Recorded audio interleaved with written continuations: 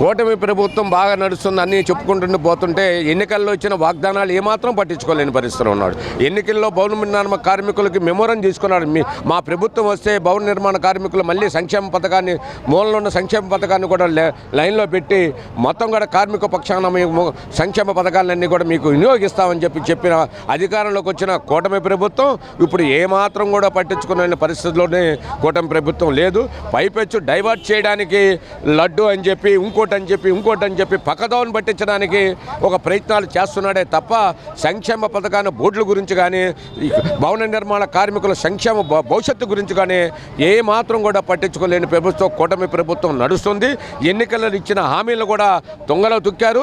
ఇదే కొనసాగిస్తే మాత్రం సంక్షేమ పథకాన్ని ఏ రకంగా అమలు చేసి అంతవరకు కూడా కార్మికుల పక్షాన మొత్తం కూడా కార్మిక సంఘాలన్నింటినీ కూడా కలుపుకొని పెద్ద ఎత్తున రాష్ట్ర ప్రభుత్వాన్ని ఎదుర్కోవాల్సిన పరిస్థితి, కార్మికుల ఆగ్రహానికి గురవలసిన పరిస్థితి ఉంటుందని చెప్పి మీ ద్వారాగా ప్రజానీకానికి తెలియజేస్తున్నాను. నేను ఏఐటీయూసీ నగర కార్యదర్శి.